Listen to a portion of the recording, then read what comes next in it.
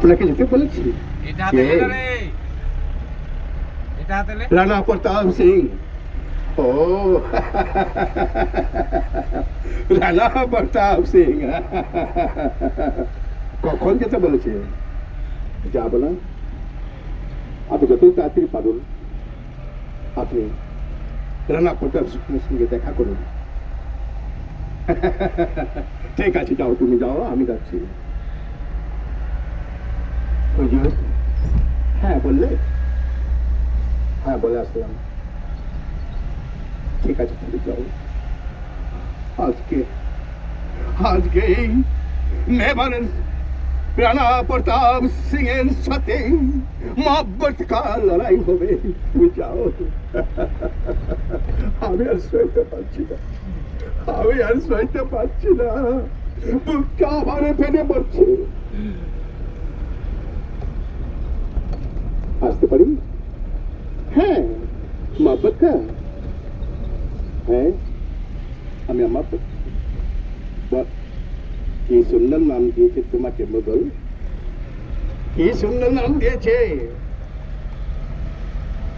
আমি যে তার লবণ খেয়েছি,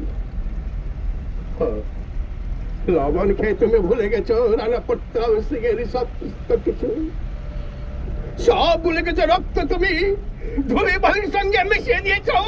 একটু লজ্জা করে না আমার সঙ্গে কথা বলতে তোমার? প্রতাপ, রানা প্রতাপ আমার লজ্জা করে না, কারণ আমি দাসত্ব হয়েছি মোগলে। আর আপনি আপনি কি করছেন? আমি তোমাকে বলতে আমার খুবই লজ্জা হয় মহব্বত। আমি নিজের জন্মভূমিকে আমি আলগে রেখেছি, আমি পাহারা দিচ্ছি সমস্ত প্রজাদেরকে, আর তুমি মহব্বত খাওয়া হয়ে চলে গেছো তুমি মোগল সমাজের কাছে। আর বলছো আমি করছি? হ্যাঁ, তা তুমি কি করতে চাও মহব্বত? তুমি কি করতে চাও? না, আমি কিছু করতে চাই না আমি।